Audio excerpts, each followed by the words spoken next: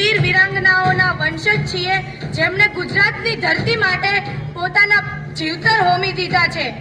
હું પાટણ રાજની સોલંકી કુળની રાજમાતા નાયિકા દેવી. આ રડવાનો સમય નથી.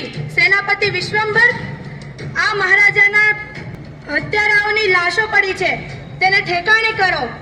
અને અત્યારે પાટણને જરૂર છે પોતાના રાજાની. આ ઘોરી નહીં, ઘોરીનો કાળ બોલી રહ્યો છે. તેને માત્ર મારું નહીં, સંસારની દરેક નારીનું અપમાન કર્યું છે.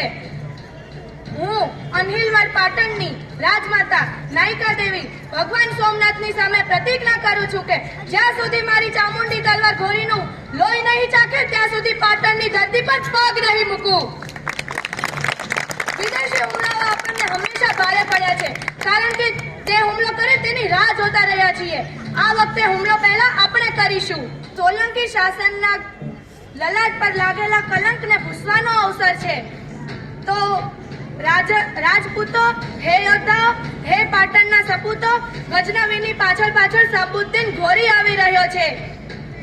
પ્રતિશોધની જ્વાળા ઘોરીના રક્તથી આ ધરતીનો અભિષેક થશે, ત્યારે જ શાંત થશે. પાટણનો એક સૈનિક ઘોરીના 1000 સૈનિકો પર ભારે છે, કારણ કે તે પોતાની મહત્વાકાંક્ષા માટે આવે છે અને આપણે માતૃભૂમિની રક્ષા કાજે. તો સજ્જ કરો તમારા ધનુષ, તમારા ભાલા અને ખેંચી નાખો લક્ષ્મણ રેખા. આપણી ધરતી પર આપણી માની સામે ખરાબ નજરે જોનારને ભસ્મસાત કરી નાખો. શંભુ શિવ શંકર.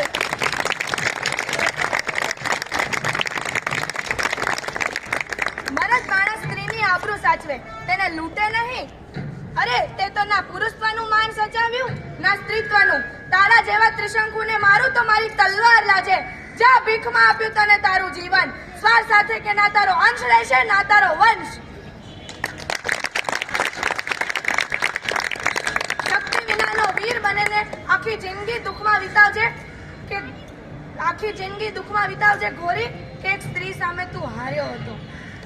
જીતી ગયા કેસરિયા ભેરુ, જીતી ગયા કેસરિયા.